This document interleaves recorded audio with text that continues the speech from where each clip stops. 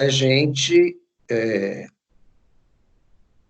que a gente esteja, né, retornando aí às atividades normais, tanto na clínica quanto nos campos de estágio.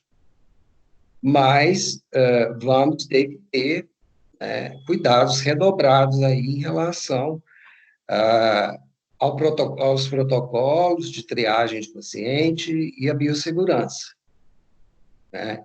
Porque a gente vai estar no momento em que vão ter pessoas que têm o vírus e que estão assintomáticas, né? Então, essa discussão é muito importante da gente já começar a pensar nisso, como que a gente vai agir quando da nossa volta, tanto no estágio quanto na clínica. A clínica ainda é mais, a gente ainda vai ter que ter mais cuidado, porque o nosso contato com o paciente, a gente fica praticamente a 30 centímetros do paciente. E, então, nós vamos falar sobre isso hoje, né? Tem um protocolo já do Conselho Federal de Odontologia com a Associação de Medicina Intensiva, tem um artigo que foi publicado por dentistas chineses, e a gente vai falar um pouco sobre isso e discutir, né? Para tentar fechar um protocolo nosso da faculdade. Os protocolos clínicos, né, ou de gestão, a gente tem dois tipos de protocolo, eles demandam o quê? Uma revisão de literatura, né, para a gente pesquisar o que é indicado, o que não é indicado, e demandam também uma discussão, né? Tem que ser discutido, porque para que as pessoas adotem um protocolo, ele tem que ser viável, né?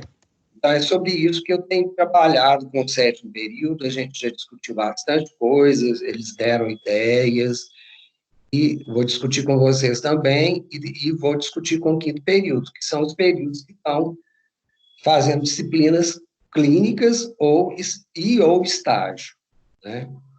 Bom, então a gente já viu um Márcio, vídeo falando. Sim, Fábio.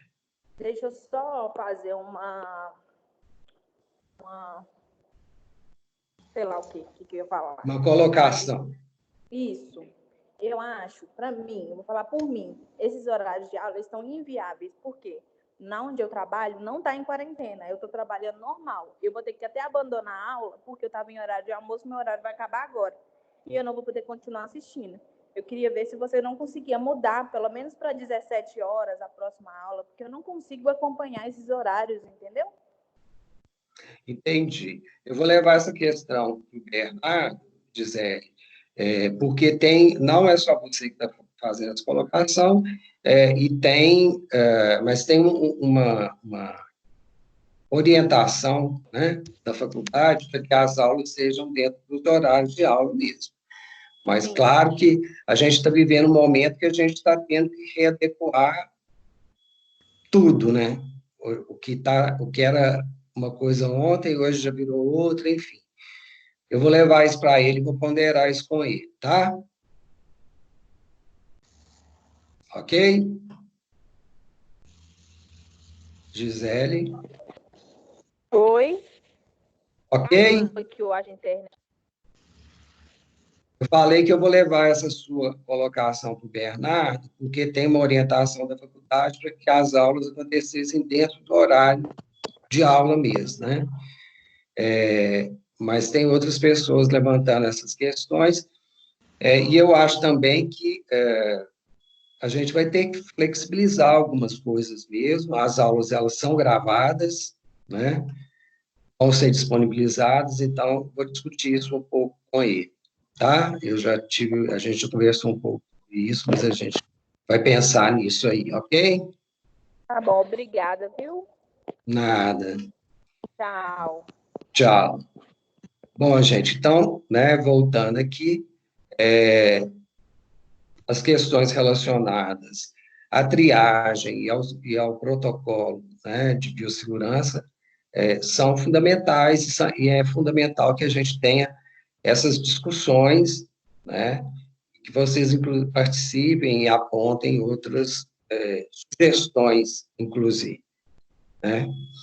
Bom, então, a gente não tem ainda, né, na literatura, muita coisa relacionada à odontologia e à Covid-19.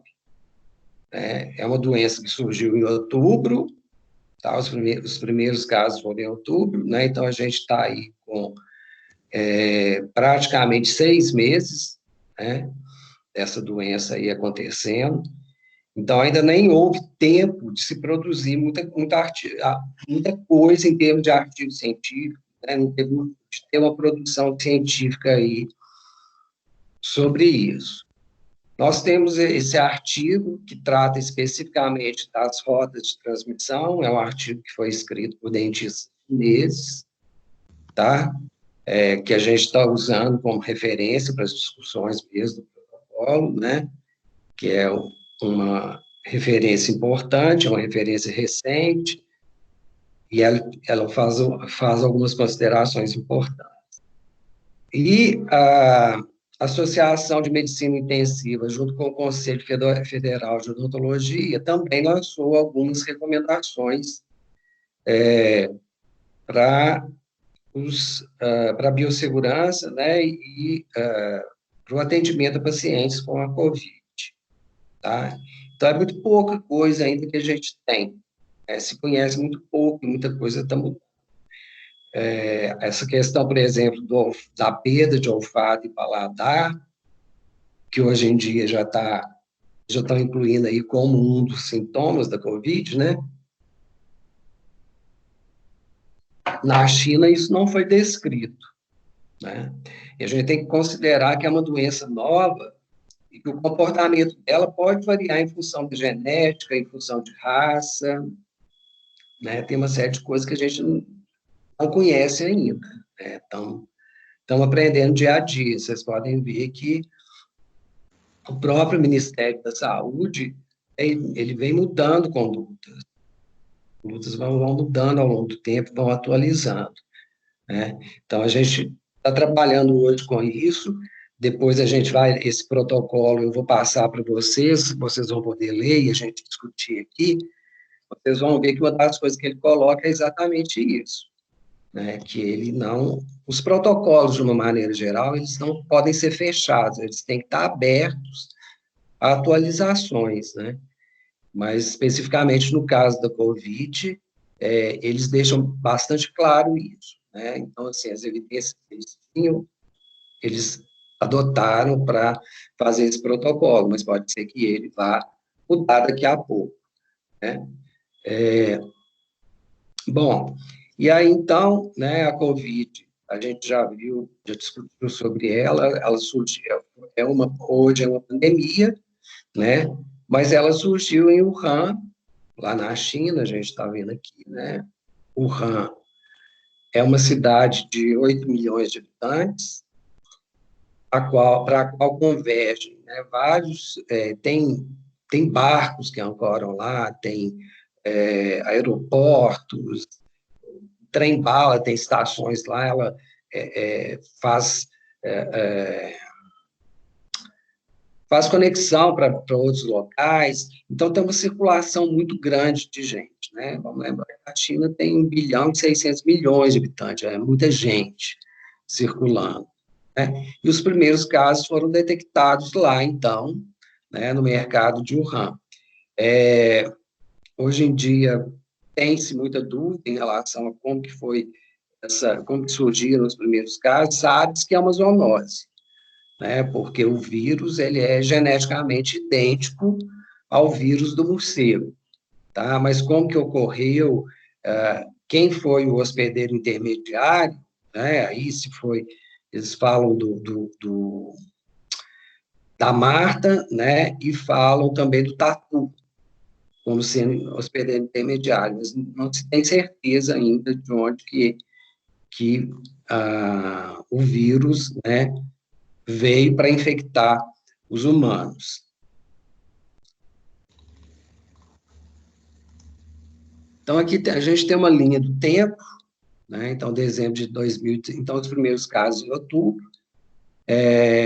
Dezembro, você já vai ter uma quantidade maior de casos de pneumonia na China, né?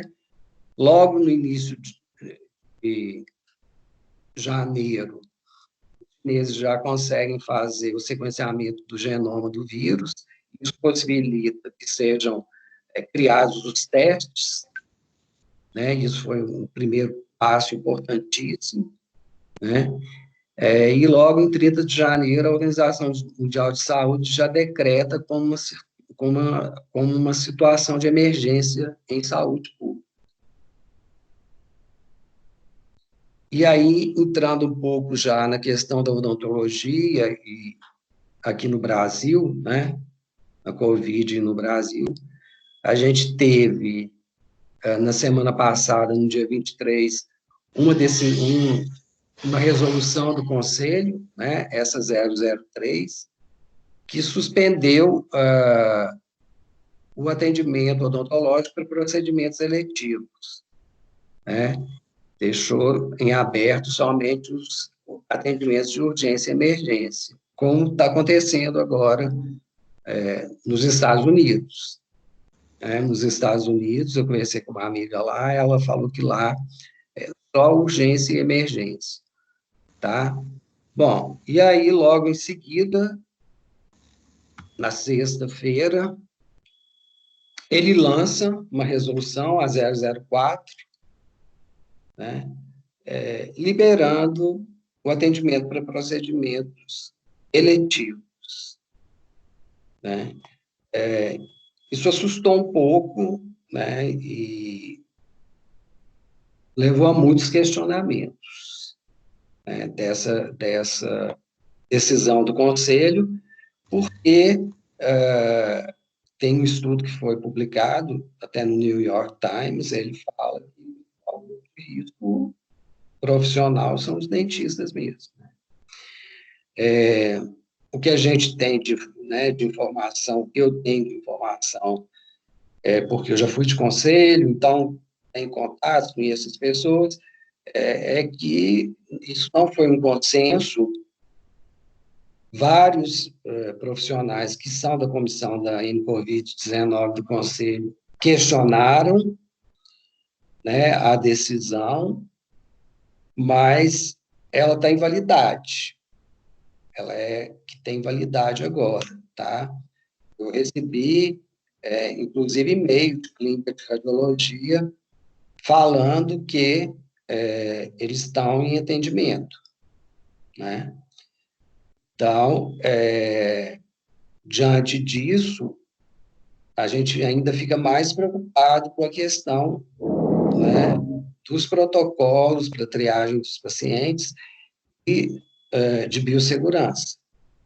A gente tem que pensar nisso, nesse momento, né? O estágio está suspenso, porque os campos de estágio suspenderam, as clínicas estão suspensas, mas a gente espera que, né, a gente volte até o final do semestre. Essa é a nossa perspectiva. Pode ser que sim, pode ser que não. Tudo vai depender muito do comportamento da doença aqui. A gente não sabe ao certo. Hoje em dia, qualquer pessoa que afirme alguma coisa em relação a essa doença, ela não vai estar, ela vai estar, vamos dizer, chutando, porque não existem certezas absolutas em relação à Covid-19. A gente não sabe.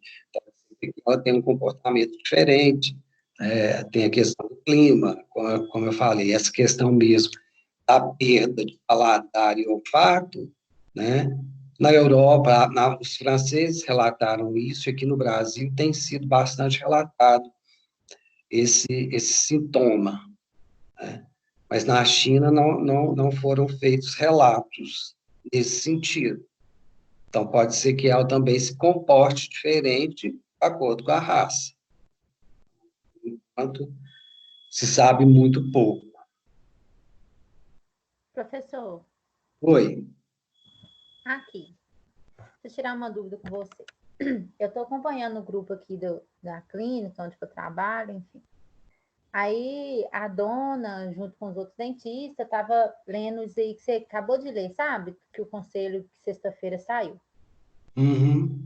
Aí, Uma pessoa, a dona da clínica colocou aqui, ó, vou ler para você. Pelo que entendi, o Conselho liberou o atendimento eletivo para as localidades, entre aspas, municípios, onde não há registros de casos confirmados de Covid-19 e não existia determinação da prefeitura para o fechamento do comércio. Os municípios onde o prefeito tenha determinado o fechamento do comércio, o atendimento odontológico se restringe somente ainda às urgências. Você acha que é verdade?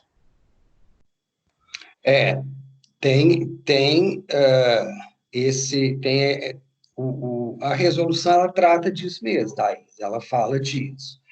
E eu vou falar, né, a minha opinião, o que eu acho a respeito disso. Aí, como eu falei, eu não sei tudo, eu não tenho certeza de tudo.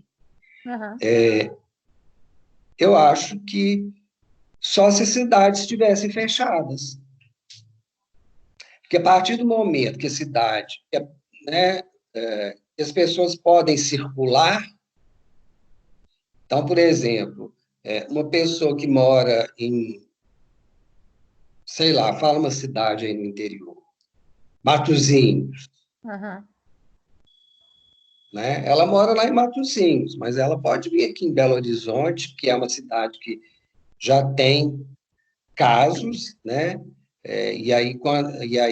Esse documento, inclusive, está um pouco mal elaborado, porque não é ter casos, é quando você tem casos que você não sabe a procedência deles, que é quando você já tem o que chama de transmissão comunitária, ou seja, o vírus está circulando, tá?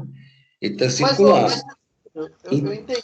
Deixa eu só acabar de responder ela. Então, se a cidade está aberta e as pessoas estão circulando, isso não é garantia nenhuma de que não haja pessoas contaminadas ali. Concorda? Concordo.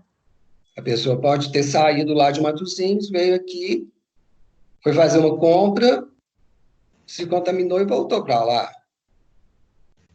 Nesse ponto aí de Matosinhos, o exemplo, eu concordo plenamente. Mas você imagina um lugar igual, vou te dar um exemplo aqui, Monte Azul.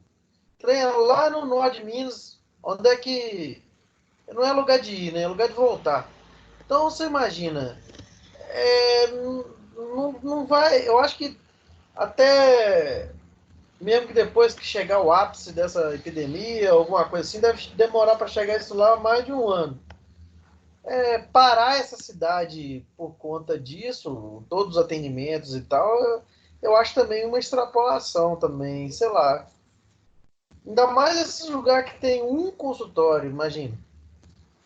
Não, mas aí você vai parar atendimento, a decisão inicial era de suspender os atendimentos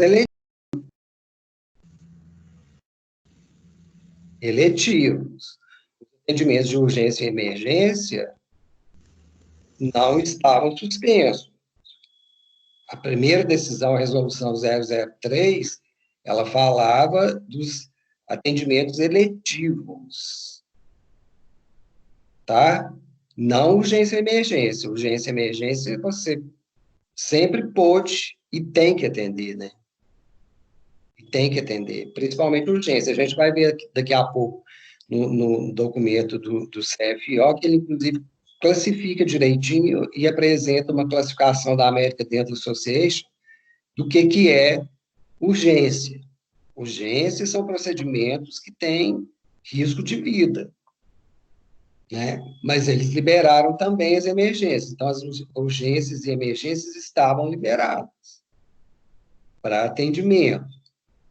O que estava suspenso, o que estavam suspensos, eram os procedimentos eletivos. O que são os procedimentos eletivos? Restaurações estéticas, raspagem de polimento, né? Coisas que não implicam em risco, né, de morte, tá? E nem vão deixar a pessoa em sofrimento, como pulpite, alguma coisa assim. Entendeu? Agora, eu não acho, Fábio, e tem um artigo muito interessante, que depois eu posso passar para vocês, que fala sobre a questão das doenças infecciosas no mundo. Hoje em dia, com essa facilidade de transporte que a gente tem, as doenças circulam muito fácil. Então, você citou, acho que Monte Azul, né? O seu exemplo. Eu não acredito que vai demorar um ano para chegar lá, não. Tá? Eu acho que vai chegar mais rápido, sim. Né? Porque o vírus, ele está circulando. Entendeu? Eu acho, né? Claro que no interior, mais afastado, vai ser diferente. Aqui a gente está numa aglomeração urbana, né? Aqui, por exemplo, quando eu saio do meu apartamento, se eu colocar a mão ali no corrimão da escada, eu posso estar trazendo o vírus comigo. Lá é mais difícil. Claro que é mais difícil, porque as pessoas vivem mais distantes. Mas eu não acredito que demore a chegar, não. Eu acho que se espalhar mesmo. Infelizmente, a tendência é de espalhar, né? E é um vírus que ele consegue ficar de 2 a 9 dias circulando, entendeu? Ele não está, né, infectando uma pessoa, ele pode estar no meio ambiente, né? Esse é um dos grandes problemas para a odontologia, né? Porque aquele aerossol que a gente gera lá no consultório, ele consegue ficar 2 horas lá em cima, né, no ar, depois ele vai baixar, vai lá para as superfícies, para as bancadas, para as cadeiras, para o chão, e aí ele pode ficar até 9 dias, viável. Né? Então, por isso que a gente precisa discutir mesmo a questão da biossegurança. E vamos ser muito cobrados disso, vocês não tenham dúvida disso. Vocês não viveram, mas eu vivi aí o início da AIDS, né? Que foi um divisor. Eu falei isso ontem com o sétimo período. Quem viveu o HIV sabe que foi um divisor de águas. Eu, quando entrei na faculdade em 84, a epidemia começou em 80, né? Lá em Nova York, 81, 82, estava assim, a coisa estava começando a ficar efervescente. No Brasil ainda praticamente não tinham casos, e eu entrei em 84 na faculdade, comecei a fazer clínica de cirurgia em 85, no segundo semestre de 85. Professores faziam cirurgia sem luvas, tá? Então, isso ficou inaceitável. E a população começa a né, procurar conhecer, esclarecer em relação a essas doenças, porque são doenças que impactam, né, muito, são doenças que têm comprometimento em termos de saúde pública grande, então as pessoas começam a ficar atentas à questão da biossegurança. Você Antes veja não que... falava da hepatite, não? Não falava da hepatite B. Hoje em dia a gente sabe que, inclusive, né, o vírus, o HIV, ele é um vírus que com 60 graus você consegue. Os vírus, de uma maneira geral, eles são estruturas muito lábeis, né? Eles são o quê? É um RNAzinho com uma capinha ali de proteína ou de gordura para proteger o RNA. Então, não se falava da hepatite B, se falava da AIDS, né? Porque era uma epidemia, né? E as pessoas estavam morrendo de AIDS, né? Como agora estão morrendo de Covid-19.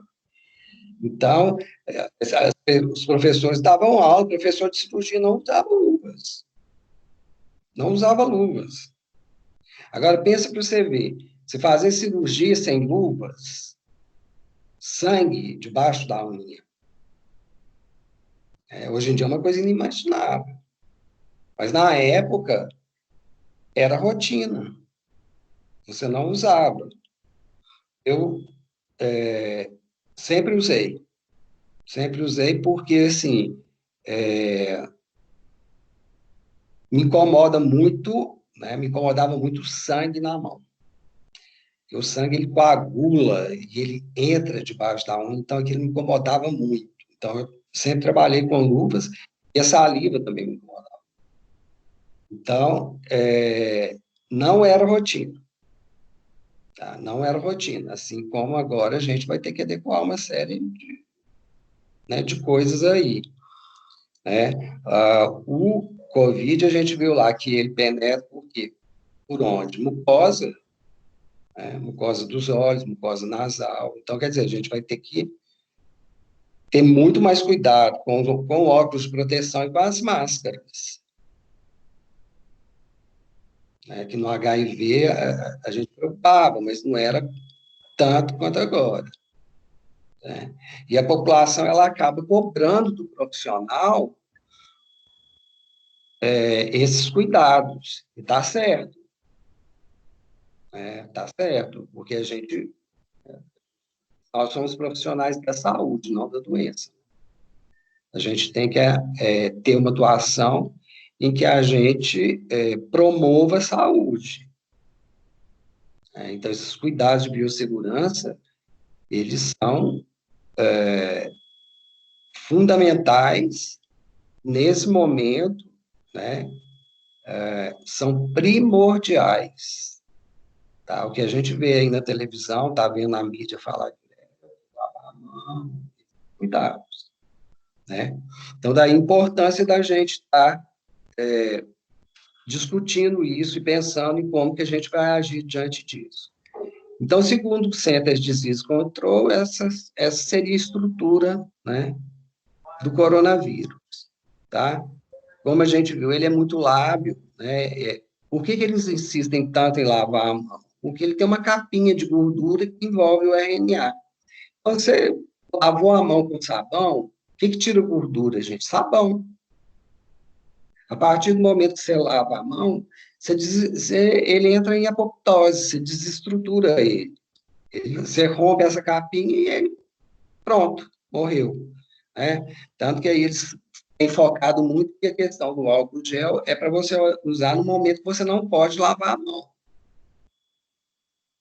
Você usa quando você está na rua, né? Mas ao chegar em casa, você lava a mão. Porque é isso que inativa o vírus.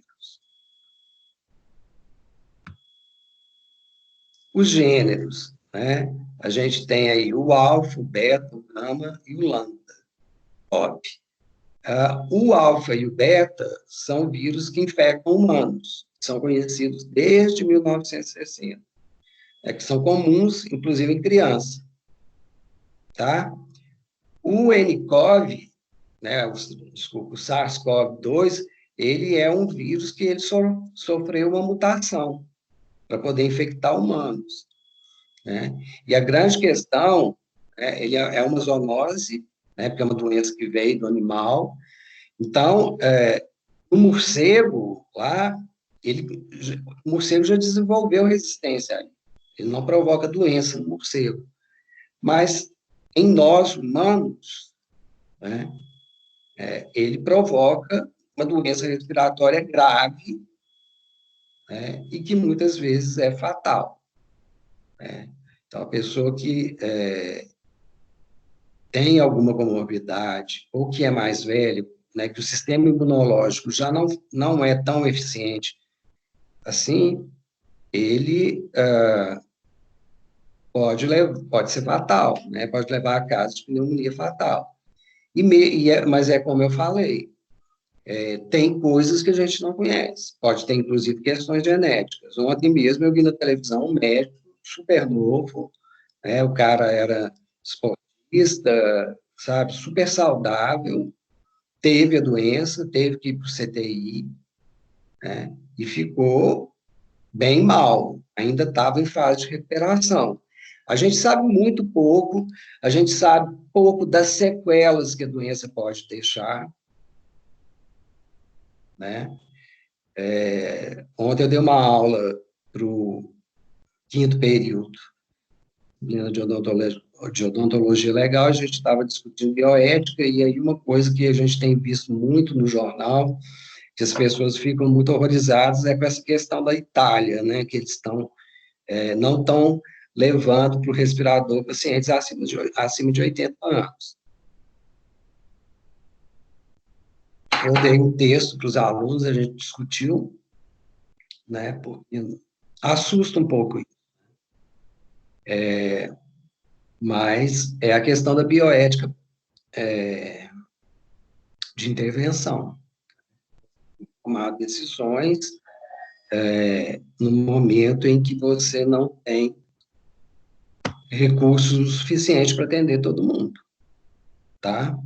Eu sou do Núcleo de Estudos de Saúde Coletiva da Faculdade de Medicina da UFMG. Eles criaram, né, um modelo matemático considerando a evolução exponencial da epidemia, né? É um modelo que foi elaborado em parceria com o Laboratório de Tecnologias para Decisão em Saúde.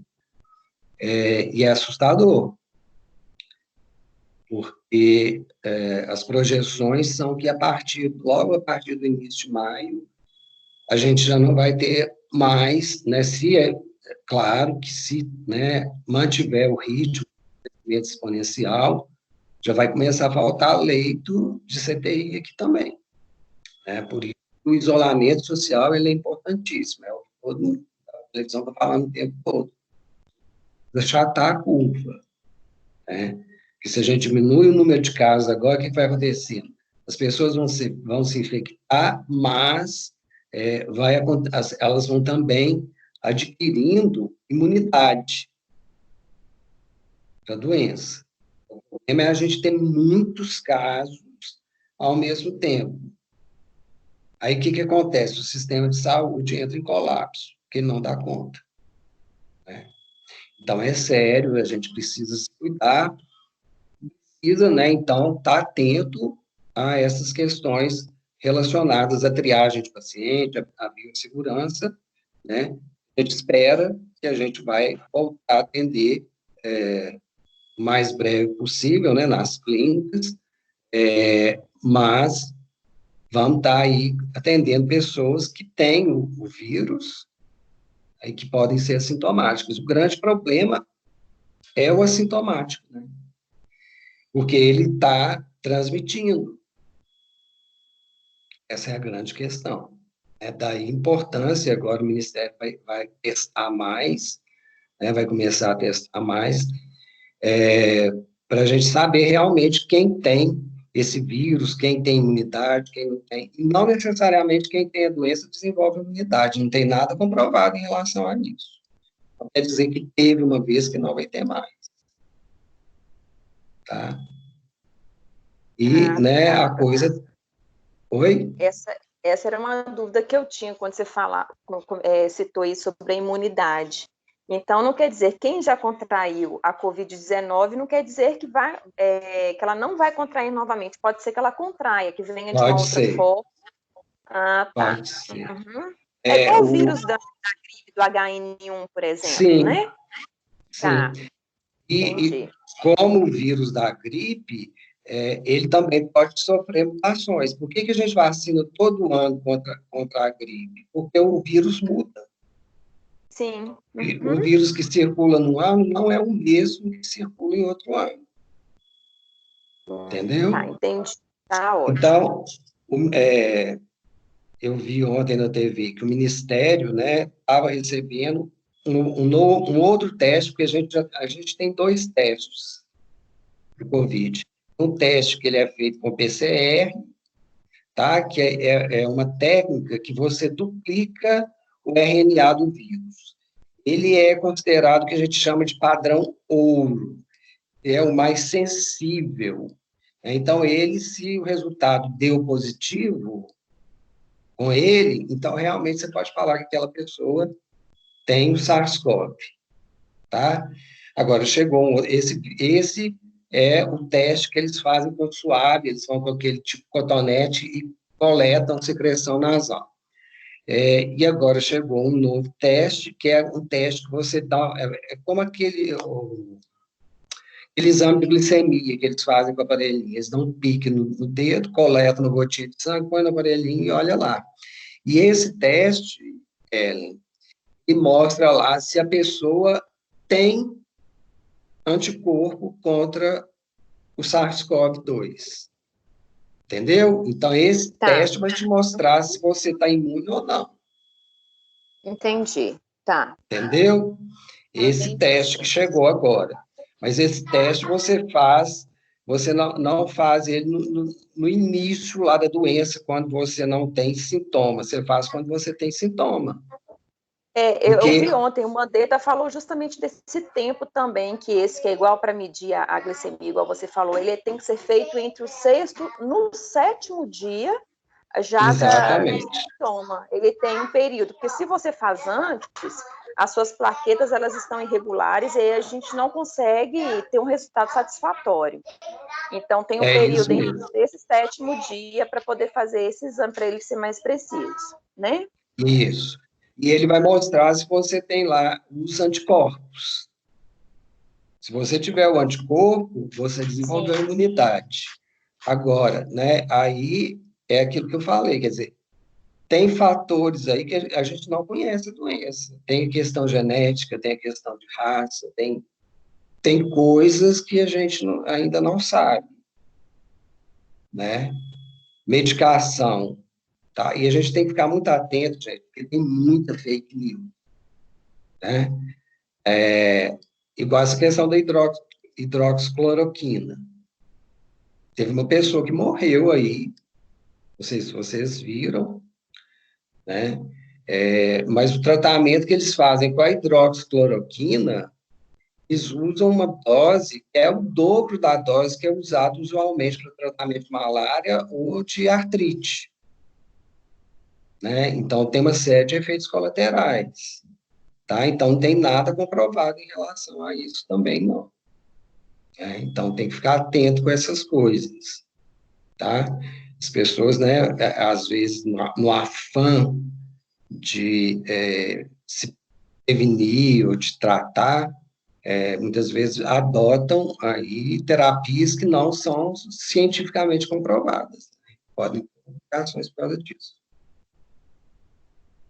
Bom, as rotas de transmissão, então, elas podem ser diretas, tosse, espirro, inalação e gotículas, né? Daí a grande importância das máscaras, tá? E por contato, via oral, nasal, mucosas oculares.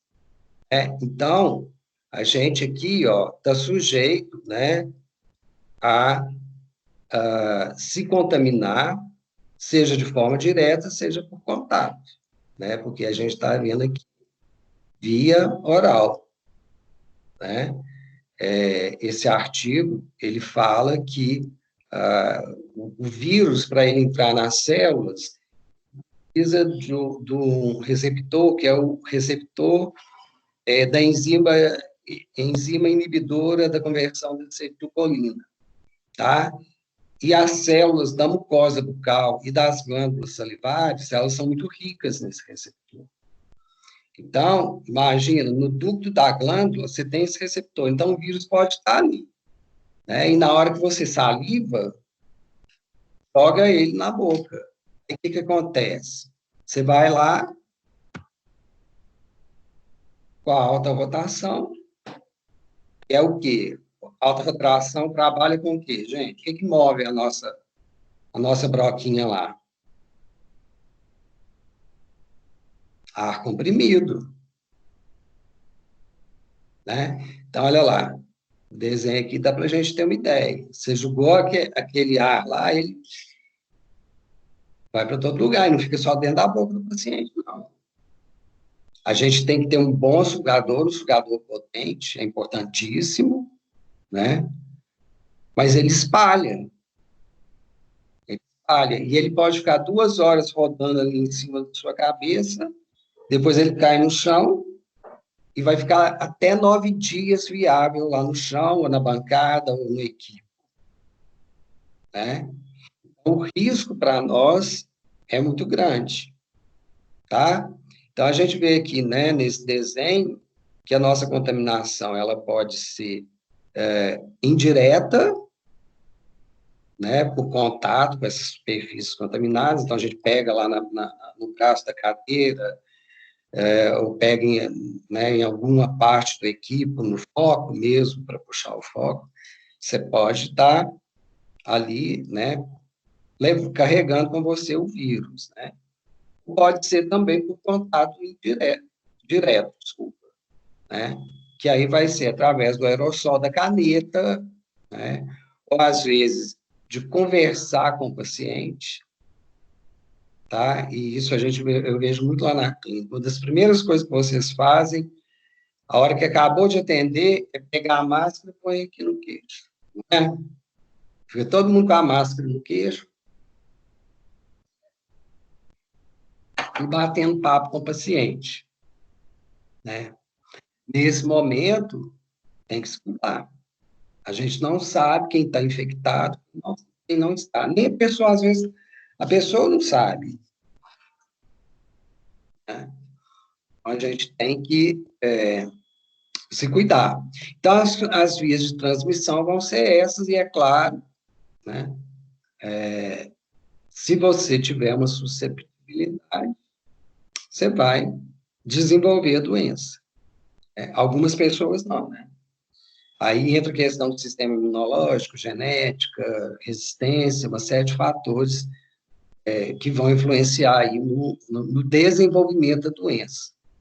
Uma coisa, você pode ter o vírus, mas não desenvolver ou desenvolver uma forma leve. Desenvolver anticorpos também. A gente não sabe ao certo como que isso funciona. Bom, e aí vou entrar um pouco no que a gente está pensando e propondo em termos de clínica na faculdade. A primeira coisa, né, que o autor desse artigo coloca, é você medir a temperatura do paciente.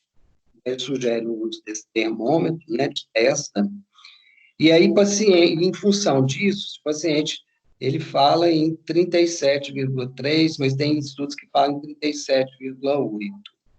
Então, se o paciente tiver, né, com uma temperatura nesses valores, tá? O que a gente faz? Qual que é a proposta? É isso dentro da triagem. Você vai fazer algumas perguntas para ele, tá? Se ele tem febre ou teve alguma experiência febril nos últimos 14 dias, né? Porque 14 dias a gente sabe que é o período de incubação, né? Se ele teve problemas respiratórios, como tosse ou dificuldade em respirar nos últimos 14 dias. Sempre a gente está trabalhando com esse limite aí de 14 dias. Se nos últimos 14 dias viajou pelo local com transmissão documentada de Covid-19.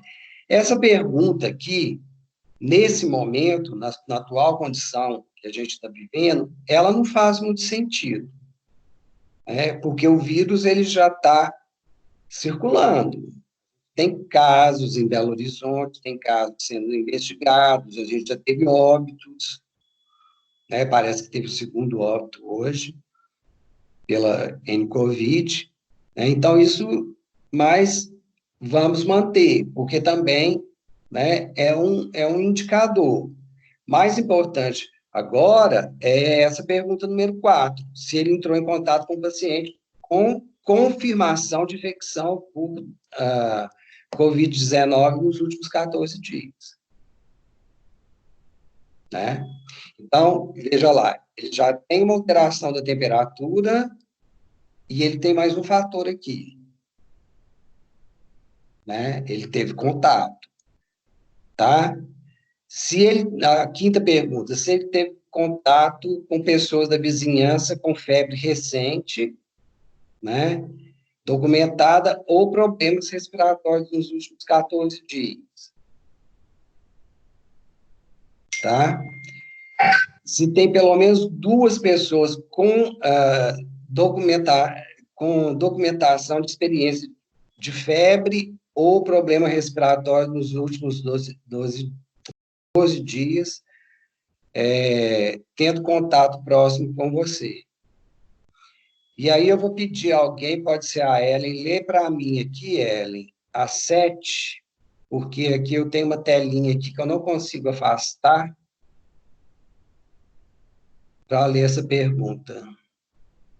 Se a Ellen não tiver aí, quem que vai ler para mim? Eu leio. Fábio, tá? Pode ler. Você participou recentemente em qualquer reunião ou teve contato próximo com muitas pessoas desconhecidas? Inserir no prontuário.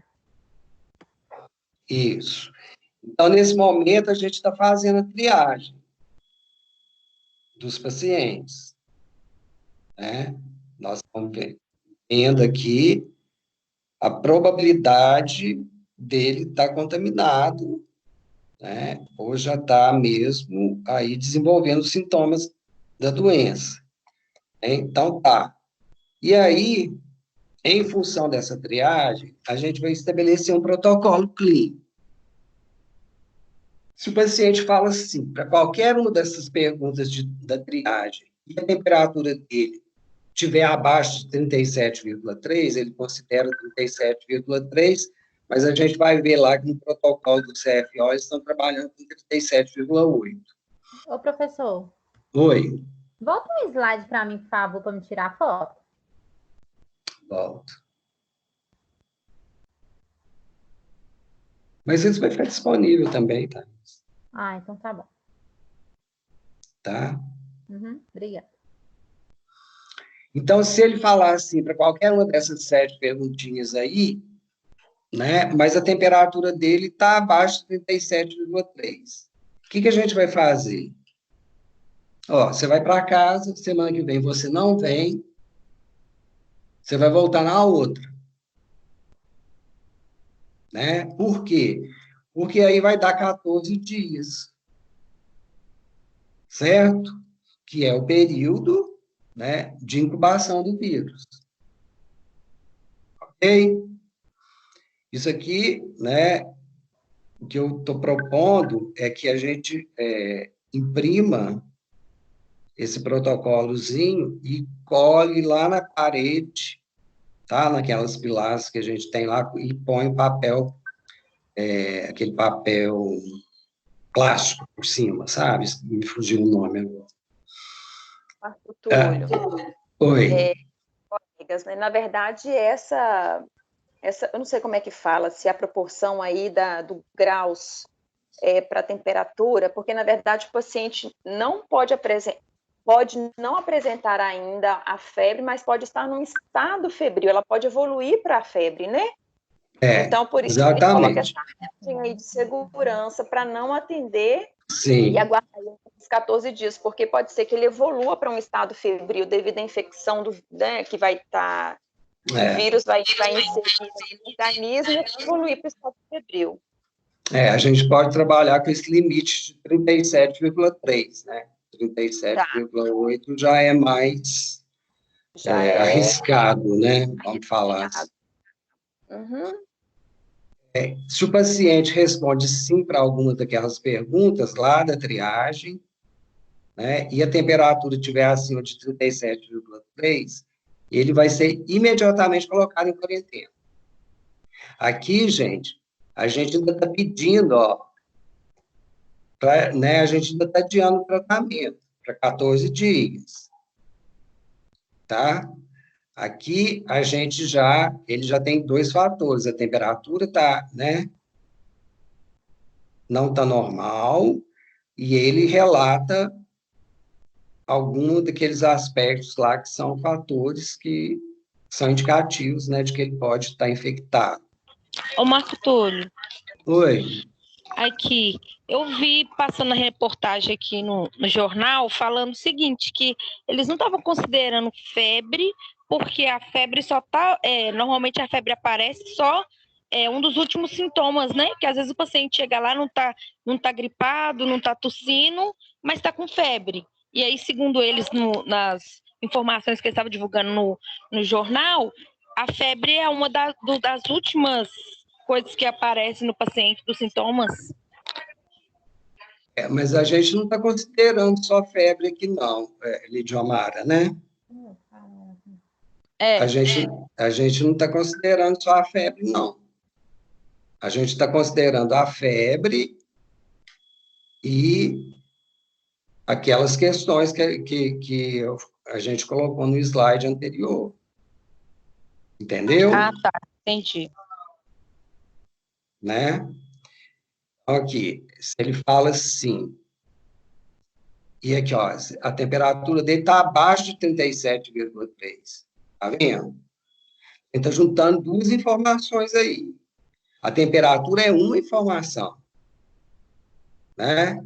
Então, aqui nessa primeira situação, ele não apresenta, pulei aqui, ele não apresenta não apresenta um sintoma, que é a febre, né? Mas ele relata ou que já teve em algum lugar, ou que teve contato com pessoas, tá? Então, não é só, né, não é só a temperatura, ok? Ok. Bom, e se ele responde não para todas aquelas 7 perguntas, e a temperatura está abaixo de 37,3, aí você vai tratar o paciente com medidas de prevenção, tá? Para evitar procedimentos respingos ou geradores de aerossóis. E aí, a gente vai tratar todos os pacientes como pacientes de risco. Então, EPI e os cuidados de biossegurança são para todos. Né? Ainda que ele não tenha febre, que não relate nada que possa levar, né, ainda que não relate, não, ainda que a gente não detecte uma alteração de temperatura corporal, ele não relate nada que possa levar a pensar em contaminação, a gente não vai deixar de tomar os cuidados padrão, né, que são para todo mundo. Ô, Marco, sim. eu estava conversando essa semana, no início da semana, com um amigo meu, e ele estava falando a questão relacionada ao atendimento, à utilização do jaleco, né? Ele ouviu falar por alto que estão querendo substituir isso daí por avental? Isso alguém já falou alguma coisa a respeito contigo? Porque ele virou e falou assim: você vai atende um paciente com jaleco, beleza. Daí aquele paciente sai, você faz lá a higienização toda, troca a luva, não sei o que, mas o seu jaleco permanece o mesmo. Então, ou seja, Usar o jaleco, usar o descartável, né? Tá. É o ideal. Algumas instituições, inclusive, já trabalham com o descartável.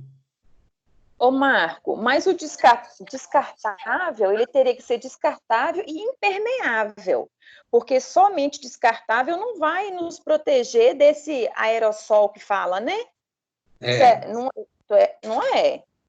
Porque mas senão ele ele descartado, mas você, vamos supor, por questões lá de um cuidado ou outro, caiu uma gotícula, uma gota ali contaminada no seu braço, e aí umedeceu. Aí, sem querer, você vai lá e passa a mão no rosto. Então, ele teria que ser descartável e impermeável, teria que ser as duas coisas para ter uma funcionalidade, não? Sim, mas existe um aporte que, inclusive, a gente usa no hospital, que usa nos pacientes com prevenção de contato, que ele é impermeável. Você encontra isso no mercado. Sim. Tá? Então, nessa questão do jaleco também, é claro, né, que o ideal é usar o impermeável. Por exemplo, a questão do óculos, né? Eu comprei a viseira, tá? E os meninos do 7º período estão comprando também. Por quê? Ela protege muito mais, né? Um dos grandes problemas aí que da máscara também, sabe o que é? É a forma de tirar e colocar. Sim. Uhum. Você acaba colocando a mão aqui, ó, Sim. para tirar a máscara. Uhum. Se contamina de todo jeito, né? De todo jeito, é. Então, os meninos estão comprando aquela viseira de acrílico, Sei. sabe? Aquela que fica... Você põe Sim. aqui, Uhum. que para mim é a melhor forma de você prevenir contaminação por aerossol, Tá bem. tá? Uma outra coisa também, gente, a gente tem que pensar aí na equipe odontológica, né? A Lidiomara está aí, ela é SB. A questão, e o Reginaldo também está aí, da desinfecção de moldagens, né? Não mandar para o protético a moldagem sem fazer desinfecção. Viu, Reginaldo? Cuidado. Não, mas lá na clínica tem auxiliar que faz na hora de a desinfecção, antes de enviar para o laboratório. Ela faz a desinfecção da moldagem e depois ela envia. Isso. Tem que fazer a desinfecção das moldagens também. Tá? E o protético tem o cuidado também, viu, Reginaldo? Na hora que receber, procurar saber se foi feita a desinfecção, se não foi feita, fazer a desinfecção antes de manipular essa moldagem, né? Então, assim, tem que ter esse cuidado também, tá? A gente tem que pensar na segurança da equipe também, né? Não adianta pensar só na minha segurança enquanto dentista, porque se a minha ASB, que trabalha comigo o dia inteiro ali em contato comigo, ela não está protegida, ela pode se contaminar e me contaminar, né? A gente tem que ser solidário com as pessoas que trabalham com a gente. Né? Eu tenho que pensar na segurança da minha ASB, eu tenho que pensar na segurança do meu protético, tá? Só assim, né, a gente vai quebrar a cadeia de transmissão mesmo. Então, isso tem que acontecer, a gente tem que estudar. Thaís, lê para mim a última aí, que eu não consigo ler, porque tem uma telinha aqui que fica em cima do meu slide aqui. Toda moldagem que vem, Marco Túlio, eu ponho ela na água sanitária, aí eu já deixo ela bastante tempo na água sanitária lá, entendeu? Mas tem que ver que tem o tempo certo, né? Mas a maioria vem cheia de sangue, então eu deixo bastante tempo, o tempo suficiente que dá para mim poder lavar e depois vazar os modelos, entendeu? Tá, mas você tem que tomar só cuidado para não distorcer a moldagem ou danificar a moldagem. Mas tem que fazer a desinfecção. Thaís, lê para a gente a última aí, que está escrito. Tá. Tem uma paciente... Tá, tô indo. Se um paciente responder não a todas as perguntas de triagem, mas a temperatura do corpo é superior a 37,3 graus, o paciente deve ser instruído na clínica ou em clínicas especiais para COVID-19 para os mais cuidados médicos. Então, é tentar fechar, né? A temperatura aí, ele é um dos aspectos que é avaliado, mas se avalia também outros aspectos, né? Então, a nossa proposta, e o que a gente tem na literatura nesse momento, daqui a pouco eu vou mandar para vocês aí pelo Fábio, o protocolo do Conselho Federal de Odontologia também, para vocês darem uma lida para a gente. Mas o que a gente tem agora, assim, de mais recente, em relação à odontologia, então, é isso. Então, um dos pontos que a gente vai trabalhar na clínica, a primeira coisa é a triagem dos pacientes. Tá? Por quê? Porque a gente vai estar recebendo pacientes infectados, né? Porque a tendência o que o Ministério da Saúde está trabalhando? Para diminuir essa curva, para diminuir a contaminação, para que o sistema de saúde consiga dar conta de atender todo mundo. O grande problema que a gente está vendo na Itália, nos Estados Unidos hoje, o que eles estão fazendo, gente? Estão fazendo hospital de campanha para tudo quanto é lado, né? Estão desesperados por comprar aparelho de ventilação mecânica, né? Porque o sistema não vai dar conta de muita gente precisando de ventilação. O Marco Túlio, e lembrando que são países de primeiro mundo, e o Brasil como país de terceiro mundo, e com essa deficiência na saúde pública, você imagina? É preocupante, né? Se for pensar em desenvolvimento de país, o Brasil não pode chegar no nível que chega. Não pode chegar. Europa. Não pode. Não pode chegar. Aqui é muito mais grave, porque o que me preocupa muito são as comunidades. São as comunidades e esse povo está sem trabalhar. Sim. Olha, o governo vai ter que enfiar a mão no bolso e vai ter que dar dinheiro, sim. Vai ter que dar dinheiro, porque senão a gente vai chegar numa situação de convulsão social. As pessoas não podem sair de casa para trabalhar, né? Tem muita gente que faz de manhã, come na hora do almoço. Como que vai ser? Senão, daqui a pouco, a gente vai ter um tanto de gente morrendo na rua. Enfim, vai ter que ter uma solução para isso. A gente tem... você falou aí da questão do sistema de saúde. Uma das coisas que o prefeito de Nova York falou, está sendo um problema lá, é claro que o SUS tem problemas. A gente tem problema, tem deficiência de leite de CTI, tem essas coisas. Mas um grande problema que eles têm lá hoje é o quê? Eles não têm um sistema unificado de saúde, como a gente tem aqui. Uhum. Isso é um problema, porque cada um lá está trabalhando de um jeito separado, isolado, não tem uma coordenação possível, né, da coisa. Isso. Então, eles ficam igual loucos, muitas vezes dando tiro no escuro. Né? Então, a gente tem, gente, microfone ligado, Thaís. Minha mãe, né? Não consegue ficar sem. Então, a gente, um dos problemas que eles têm lá é não ter um sistema de saúde unificado, que a gente tem aqui. Então, a gente tem esse ponto, com todas as dificuldades. Porque quando você tem um sistema já coordenado, é mais fácil. Lá não, um hospital age de um jeito, outro age do outro, enfim. Está muito confusa a situação nos Estados Unidos. Vocês viram que mesmo com todo o dinheiro que o Trump está injetando quase 2 trilhões de dólares, a situação em Nova York está caótica. Eu tenho amigo que mora em Nova York, está, assim, trancado dentro de casa há semanas.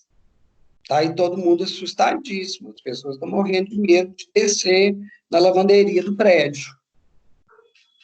Porque a coisa tá difícil lá. E um dos problemas que eles têm o sistema de saúde americano, ele é um sistema que ele é para as pessoas que têm dinheiro.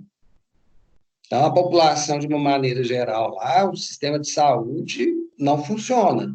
É um dos grandes nós que eles têm, Tanto que o Obama veio ao Brasil para tentar copiar o SUS, tentar implantar um modelo semelhante lá. Não conseguiu, Porque aí o Trump ganhou a eleição, ele era contra, enfim. Mas é muito difícil. Lá, Marco, o problema lá é a rede pública. Aqui, o Estado ele é o responsável por proporcionar saúde, Lá o Estado ele é mínimo, Então ele não tem uma ação efetiva. Não tem uma rede, Ele não tem uma rede organizada. Não tem. E lá é tudo privado. Então lá, por exemplo, tudo é seguro, Tudo é seguro. Então tem uma rede que presta serviço para um determinado seguro, a outra presta para determinado seguro. Então, o grande problema, talvez, nesse modelo, seja esse, da questão de seguridade deles. O plano de seguridade deles é muito complexo para poder enfrentar um Muito, caso de uma pandemia. situação dessas. Porque aí você precisa de uma ação centralizada. A gente vê aqui, por exemplo, né, que ali o Mandetta ele consegue organizar muita coisa, porque as coisas estão, né, é um sistema único. A Você imagina, coordenação. o número de unidades de CTI no Brasil é muito maior do que lá. Mas por quê? Porque lá eles trabalham com a coisa, tratando dela na base, né? Lá o investimento no saneamento básico, nas questões de ordem de limpeza pública e tal, são de excelência qualidade. Coisa que aqui no Brasil a gente trata o problema lá na frente, né? A gente não trata a origem do problema. Então, talvez quando se fala em uma pandemia, eles ficam mesmo com um desfalque muito grande. Muito. Eles estão com muito problema. Muito problema. O que está acontecendo, ontem eu estava vendo que tem praticamente 500 médicos, acho que 300 do Einstein, e outros 200 do Sírio-Libanês que estão doentes. Na Itália, pelo que eu li também, eu li uma matéria falando sobre a questão da explosão lá, né, da pandemia, é porque o norte, ainda mais naquela região específica do norte da Itália, lá grande parte das italianas, das indústrias, foram compradas pelos chineses. E naquela região você tem 200 mil chineses trabalhando. Então o fluxo de chineses para lá era muito grande. E isso proporcionou com que o vírus se espalhasse muito rapidamente, né? Ainda mais nesses últimos dias aí que estava tendo um surto na China e muitos chineses estavam indo para lá por ter familiares lá. E aí acabou que a coisa se espalhou muito rapidamente. E por ter uma população mais velha, isso teve um efeito lastimável lá. Toda vez que isso aí, se a gente pegar lá a história da peste negra na Europa, que foi na Idade Média, a gente vai ver que ela coincide o quê? Ela coincide com as viagens. De onde que veio a peste negra? Ela os ratos, né? A peste negra é a pulga do rato, né? É uma bactéria, Yersinia pestis. Ela vem no rato. Né? Como que esses ratos chegaram na Europa e por que causou, né, tantas mortes? Né? Peste negra, 1/3 da população da Europa foi Lá foi dizimada. saneamento na época, saneamento básico. Só Mas de onde aquelas que veio? galerias lá. Isso Hã? veio da Ásia. Os ratos vinham nos navios. Então, toda vez que você... tem um artigo muito interessante sobre isso. Quando você melhora o transporte, você possibilita que as pessoas viajem mais, tá? Essas doenças infecto-contagiosas, que às vezes são endêmicas em algumas regiões, elas tendem a se espalhar. Né? Que foi o que você está falando aí. Quer dizer, estava lá na China, mas os chineses, né, compraram fábricas no norte da Itália. Esse ano, inclusive, o documentário que ganhou o Oscar, ele fala da questão dos chineses ali na região dos Grandes Lagos, nos Estados Unidos. Né? Ali, Detroit é uma cidade, eu tive lá, tem uns 2 anos, se eu não me engano. Detroit era o quê? Era a cidade do automóvel, né? E aí, com a crise, as indústrias fecharam. O que aconteceu? Ficaram lá, né? Ficou o esqueleto das indústrias que fabricavam peças para as indústrias atrás das grandes empresas, e os chineses, como têm dinheiro, compraram. Então, ali naquela região, você está falando do norte da Itália, mas ali na região dos Grandes Lagos, Chicago, Michigan, nos Estados Unidos, você também É a mesma Tem coisa. É a mesma coisa. Você tem uma comunidade chinesa muito grande. E Chicago é uma das cidades, além de Nova York, me parece que é a segunda cidade em número de casos é Chicago, que é O uma grande região. lance também é que lá na Itália, os chineses que vivem lá vivem em uma subcondição humana muito grande, sabe? Tipo assim, essa região aí, ela é mais pobre. A Então, Lombardia. e a exploração do trabalho lá é gigantesca. Então, assim, é igual aquele povo que vem do Shopping Oi aí. Os caras trabalham em regime escravo até pagar a questão da ida deles para lá e tal, e depois tentar melhorar um pouco a vida. Eu estava vendo, por exemplo, um tempo atrás, ali no centro da cidade, na Rua da Bahia, e ali naquela região da Santos Dumont, tem apartamentos ali de cento e poucos metros quadrados, porque ali os apartamentos são grandes, porque são apartamentos antigos, que moram 18, 20 pessoas daqueles chineses. É. Depois, se você tiver curiosidade, ou quem tiver curiosidade para entender um pouco disso, assista um documentário do Oscar, ele está no Netflix, chama American Factory, a fábrica americana, seria o título. Aí ele fala um pouco disso. Bom, nos Estados Unidos, nesse momento, então, já falei para vocês, a odontologia também está trabalhando só na perspectiva de atendimento de urgência e emergência, procedimentos eletivos estão suspensos, tá?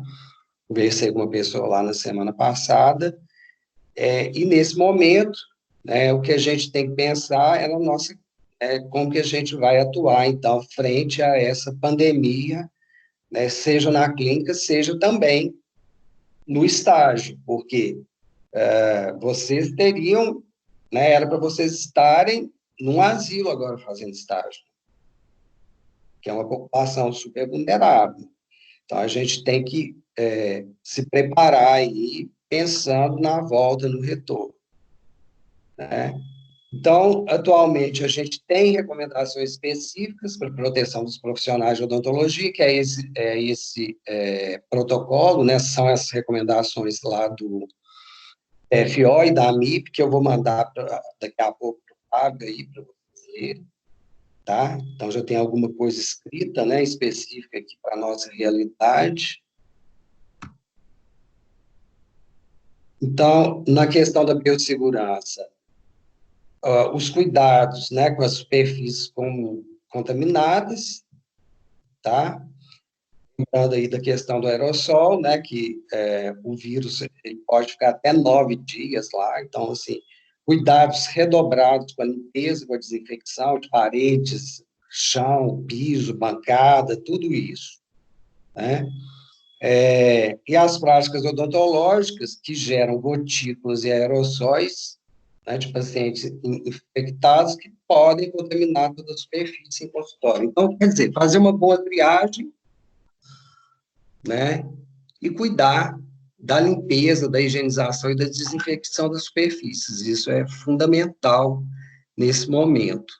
Então, vamos ter que ter cuidados redobrados aí em relação à biossegurança na clínica, tá? E nós vamos cobrar muito de vocês, né? Vocês vão ter que estar atualizados, saber direitinho e seguir os passos. Outra coisa, a vacinação, né? Então, tomar a vacina da gripe, tá? Isso também é importantíssimo, né? A questão, né, do uso de enxaguatório, Arthur, sim. só uma observação sobre a vacina da gripe. Eu tenho, inclusive, ligado nos laboratórios para ver sobre as vacinas e, inclusive, estão com falta dessa vacina da gripe. Eu liguei também no posto para ver a disponibilidade para, no meu caso, que não sou grupo de risco, parece que é só para dia 9, início de maio ainda. Como que a gente vai ver essa questão? Porque não está tendo nem na rede privada. Você falou que você é estudante? Falei, mesmo assim, não estão abrindo no posto, né? Somente para Ellen, idosos, gestantes. Oi. no posto, eles falaram comigo que era só levar meu cartão de vacina e a carteirinha de estudante. E perguntaram se eu fazia estágio numa rede pública. Eu falei que sim, aí eles falaram que liberam a vacina. Uai, Isso aqui foi. na minha regional aqui, onde eu tenho até o cadastro, me disseram que não está liberado. Ó, que engraçado. Pode ser que esteja faltando. Quem tem a carteirinha da área de saúde também, aí eles aplicam normal a vacina para quem trabalha na área de saúde. Nesse momento, me parece que, inclusive, eles estão priorizando os profissionais de saúde. Eu vou verificar melhor, então. Eu estou evitando sair, né? A informação foi via telefone, mas... Se você conseguir a informação por telefone e para ir lá vacinar, eu vacinei no posto de saúde, eu não paguei. Cheguei lá, foi muito tranquilo. Não tinha fila, a fila bem espaçada, foi super tranquila. Aí eu me vacinei. Então, procurar vacinar, né?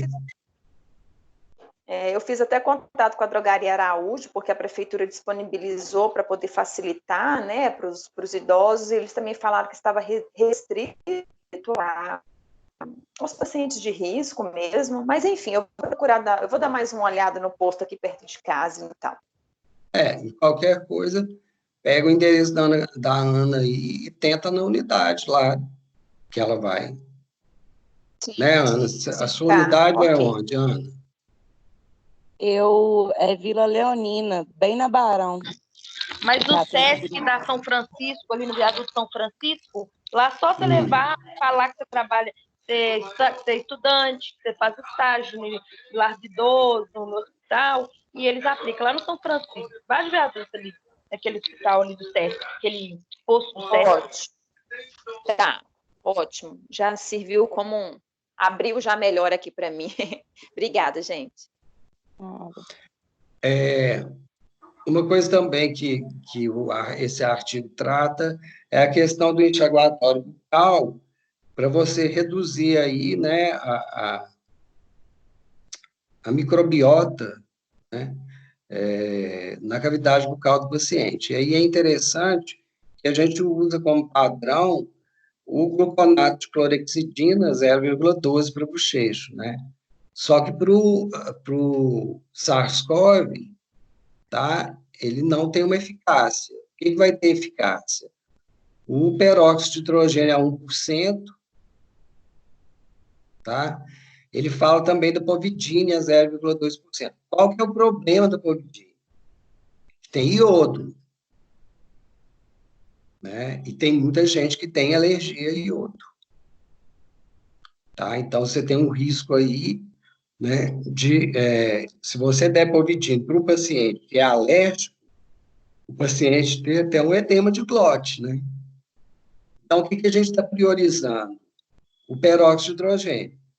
Então, antes, né, você vai medir a temperatura, fazer a triagem, tá, levou o paciente para a cadeira. Antes de qualquer coisa, até de examinar, porque para examinar a gente tem que usar a seringa para secar os dentes, né?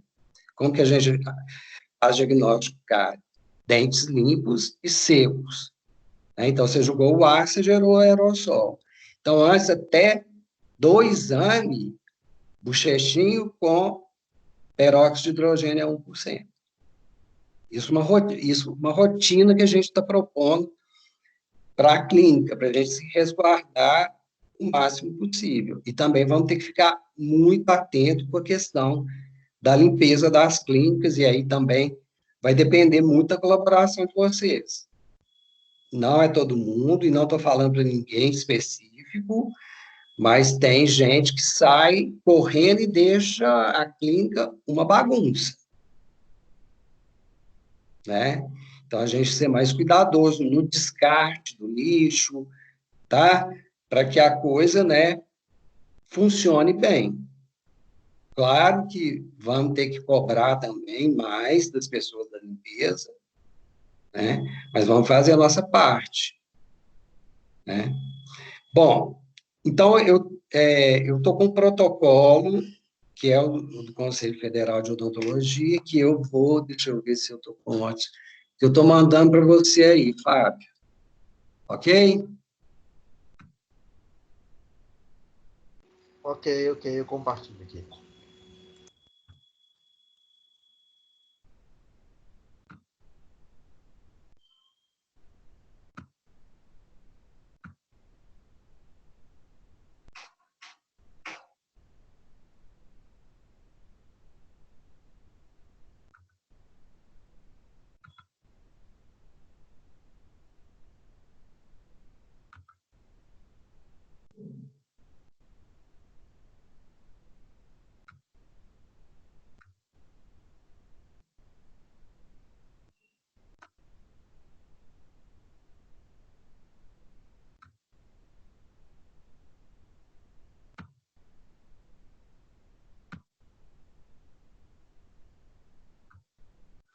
Pronto, eu já encaminhei aí, Fábio.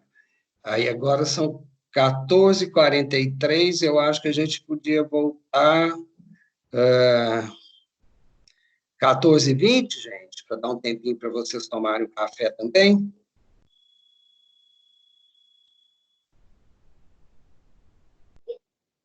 Que horas? Professor, eu Estou vou ter que dar errado. uma saída aqui. Desculpa, 14 não, 15h20, 15h20. tá? Eu vou deixar aqui na tela, mas sem som, ok? Combinado. Aí Professor, eu vou ter que vocês dar uma vão... saída aqui, mas aí eu chego na metade da aula, tá? Ok, Obrigada. nada.